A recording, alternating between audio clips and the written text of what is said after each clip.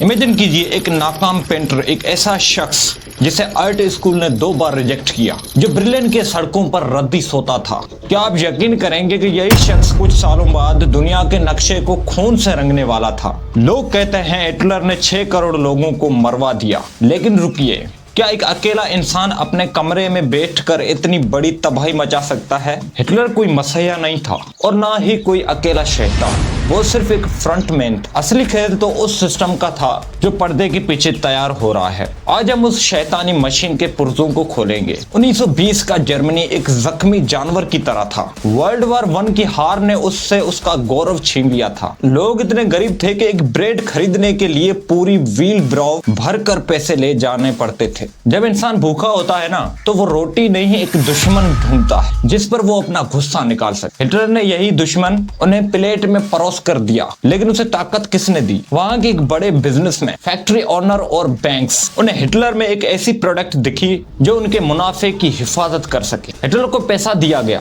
उसे suit boot पहनाया गया और एक ब्रांड की तरह लॉन्च किया गया। सिस्टम का पहला पुर्जा पैसा। लेकिन सिर्फ पैसे से लोग नहीं मानते, लोगों का दिमाग बदलना पड़ता है। तब एंट्री होती है जोसेफ गोएबल्स की, हिटलर का सबसे बड़ा मैजिशियन। गोएबल्स का एक ही असूल था, एक झूठ को इतनी बार बोलो कि वो सच लगने लगे। सिस्टम ने हर घर में एक सस्ता रेडियो पहुंचाया।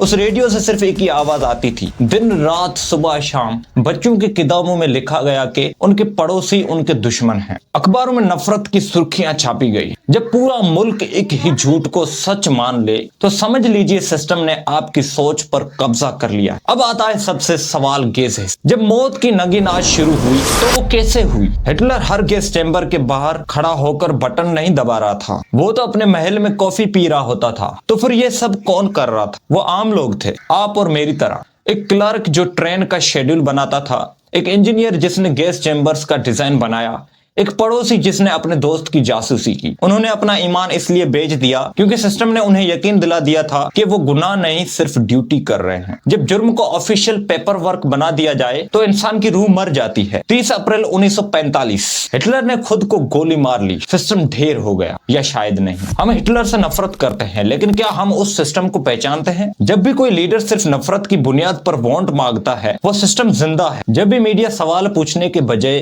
तालियां बजाता है, वो सिस्टम जिंदा है। और जब आप किसी नाइंसाफी को देखकर खामोश रहते हैं, तो याद रखिए हिटलर मरा नहीं है, वो सिर्फ एक नए चेहरे का इंतजार कर रहा है। क्योंकि हिटलर एक आदमी नहीं, एक बीमारी है जो हर उस समाज में पनपती है जो सोचना छोड़ देता है। इतिहास खुद को दोहरा